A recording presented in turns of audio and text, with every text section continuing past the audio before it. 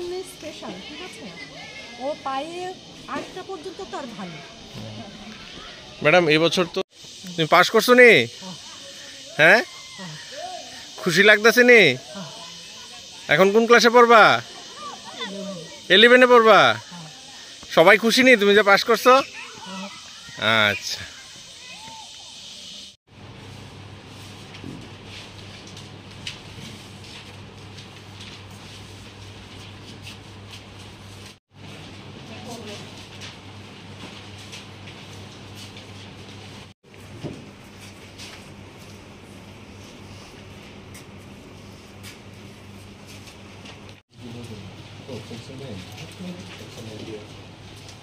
ও যখন পাস করলো জানতে পারলাম, আমরা সবাই খুশিতে উচ্ছ্বসিত।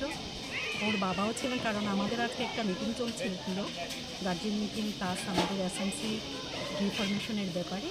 তো আমরা সবাই উচ্ছ্বসিত রোমিওকে নিয়ে, কারণ আমরা আশাবাদী ছিলাম রোমিও পাস করবে। তো আমাদের আশা পূরণ হলো, আমাদের স্কুলের হয়ে আমরা সবাই খুশি। ভীষণ, ও ভীষণ শান্ত, ভীষণ ভালো। আচ্ছা, স্কুলে কি রেগুলার আসতো? হ্যাঁ, রেগুলার আসতো। সে লিখতো বেঞ্চে বসেও, আর পায়ে লিখতো, বেঞ্চে বসেও অনেক সময় লিখতো, অনেক সময় সে পড়ে বসিয়ে আমরা ফলে বসিয়ে লেখাটা করতাম। তবে লেখাটা ওর কমই হতো, কারণ ও বাড়িতে বসেই লিখতো বেশিরভাগ। তবে যখন প্রয়োজন হতো আমরা মাটিতে বসে পড়ে বসেও ওকে লেখাতাম বা আঁকাতাম।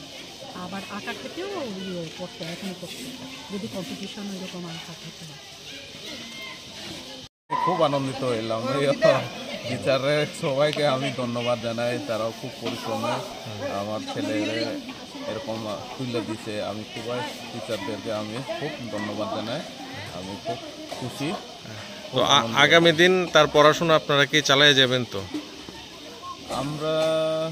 আমরা তো এত সম্ভব নাই যে টাকা পয়সাও আমরা অসুবিধা হয়, যদি গভর্নমেন্ট থেকে কিছু সাহায্য পাই তাহলে আমরা আশা করে চালিয়ে যেতে পারবো। কারণ তো চলতে পারে না, আসা যাওয়া অসুবিধা অনেক আছে। কারণ হ্যাঁ, কথাবার্তাও পরিষ্কারভাবে বলতে পারে না, লেখে পাওয়া দিয়ে তখন অনেক অসুবিধা হয়। আর বাইরে যাইতে হইলে হ্যাঁ তো হাত চলে না, যখন অসুবিধা হয় তখন তো বয়স বাড়তি, লজ্জাও করে।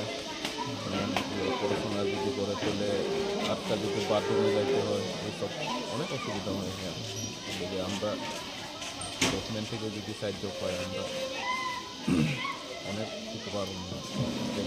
এমনি তো 11-এ তো ভর্তি করাইবেন?